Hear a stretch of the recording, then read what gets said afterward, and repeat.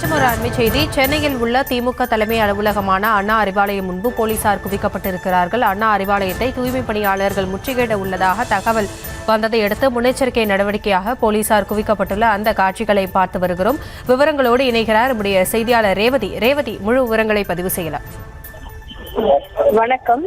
சம்பள உயர்வு, பணி நிரந்தரம் உள்ளிட்ட கோரிக்கைகளை முன்வைத்து தூய்மை பணிகளை செய்து வரக்கூடிய சென்னை மாநகராட்சியை சார்ந்த மண்டலம் 5, 6 சார்ந்த அந்த துப்புரவு பணியாளர்கள் ஆகஸ்ட் மாதத்திலிருந்து தொடர் போராட்டத்தை நடத்தி வந்தனர். குறிப்பாக ரிப்பன் மாளிகை வளாகத்திற்கு முன்பு 10 நாட்களுக்கும் மேலாக தொடர் போராட்டம் நடத்தி வந்தவர்களுக்கு பல்வேறு ஆதரவுகள் கிடைத்த நிலையிலும் அவர்கள் முன்வைத்த கோரிக்கைகள் நிறைவேற்றப்படாமல் அவர்கள் கைது செய்யப்பட்டனர். தொடர்ந்து 150 நாட்களுக்கு மேலாக அவர்கள் தங்கள் போராட்டத்தை நடத்தி வரக்கூடிய நிலையில் இன்றைய தினம் குறிப்பாக சென்னை தேனாம்பேட்டையில் இருக்கக்கூடிய திமுக தலைமை அலுவலகமாக உள்ள அண்ணா அறிவாலயத்தை முற்றுகையிட இருப்பதாக அவர்கள் தரப்பிலிருந்து தகவல் கிடைக்கப்பெற்றதை அடுத்து காவல்துறையினர் முன்னெச்சரிக்கை நடவடிக்கையாக அண்ணா அறிவாலயம் வாயில் முன்பு குவிக்கப்பட்டு வருகின்றனர். குறிப்பாக சற்று நேரத்திற்கு கிட்டத்தட்ட ஒரு 10 நிமிடத்திற்கு முன்பாக கூட இந்த பகுதி மிகவும் அமைதியாக இயல்பாக இருந்த நிலையில்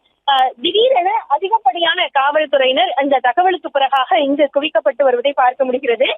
ஏற்கனவே தூய்மை பணியாளர்களின் போராட்டத்தை பொறுத்தவரை சாலையில் அமர்ந்து தர்ணா செய்தல், சாலை மறியல், உண்ணாவிரத போராட்டம், கோட்டை நோக்கி பேரணி என பல்வேறு விதமான போராட்டங்களை அவர்கள் தொடர்ந்து மேற்கொண்டு வருகின்றனர். ரிப்பன் மாளிகை வளாகத்திற்கு முற்றுகையிட முயல்வது, சென்ட்ரல் பகுதியில் அவர்கள் போராட்டத்தை மேற்கொள்வது, தலைமைச் செயலகம் நோக்கி பேரணி செல்வது, மெரினா கடற்கரை பகுதி உழைப்பாளர் சிலை அருகே போராட்டம் நடத்துவது உள்ளிட்ட பல்வேறு கட்ட போராட்டங்களை அவர்கள் தொடர்ந்து நடத்தி வரக்கூடிய நிலையில் தங்களது கோரிக்கைகளை நிறைவேற்றுவதற்கான அந்த விஷயங்களை தொடர்ந்து பதிவு செய்து வருகிறார்கள்.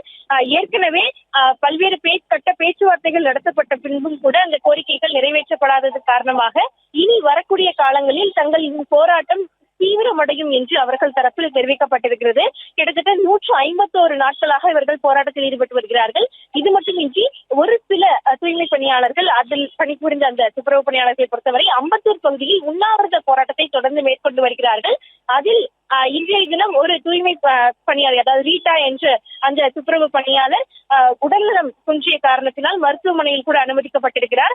தொடர்ந்து தங்களது கோரிக்கைகள் நிறைவேற்றப்பட வேண்டும் என்பதற்காக துப்புரவு பணியாளர்கள் இந்த போராட்டத்தை நடத்தி வரக்கூடிய நிலையில் இன்றைய தினம் முக்கியமான இடமாக இருக்கக்கூடிய, அதாவது ஆட்சியில் இருக்கக்கூடிய திராவிட முன்னேற்ற கழகத்தின் தலைமை அலுவலகமாக இருக்கக்கூடிய அண்ணா அறிவாலயத்தின் முன்பாக இவர்கள் இந்த தர்ணா போராட்டத்தை அல்லது முற்றுகை போராட்டத்தை ஏற்படுத்த முயன்றால் இது ஒரு முக்கிய சாலை வேறு. ஏனென்றால் அண்ணா சாலை, தேனாம்பேட்டை, சைதாப்பேட்டை இந்த பகுதி இணைக்கக்கூடிய இந்த முக்கிய சாலை தர்ணா போராட்டத்தில் அவர்கள் ஈடுபடும் பொழுது ஸ்தம்பிக்கப்படலாம், போக்குவரத்து நெரிசல் ஏற்படலாம், போக்குவரத்து பாதிப்பு ஏற்படலாம். அது மட்டுமின்றி இது ஒரு பல்வேறு சம்பவங்களுக்கு வழிவகுக்கும் என்பதன் காரணமாகவே காவல்துறையினர் முன்னெச்சரிக்கை நடவடிக்கையாக இங்கு 50க்கும் மேற்பட்ட காவல்துறையினர் முன்னெச்சரிக்கையாக இங்கு குவிக்கப்பட்டிருக்கிறார்கள். அது மட்டுமின்றி வாகனங்களும் கூட இங்கு ஏற்பாடு செய்யப்பட்டிருக்கிறது. தொடர்ந்து இந்த பகுதியில் துப்புரவு பணியாளர்கள் கூடும் நிலையில் அவர்கள் கைது செய்யப்படுவதற்கான வாய்ப்புகள் அதிகம் இருப்பதாக தெரிவிக்கப்படுகிறது. அந்த அடிப்படையில் இன்னும் சற்று நேரத்தில் அவர்கள் இந்த பகுதியில் தங்களது கோரிக்கைகளை முன்வைத்து போராட்டத்தில் ஈடுபடுவதற்கான வாய்ப்புகள் அதிகம் இருப்பதாக தெரிவிக்கப்பட்டிருக்கிறது.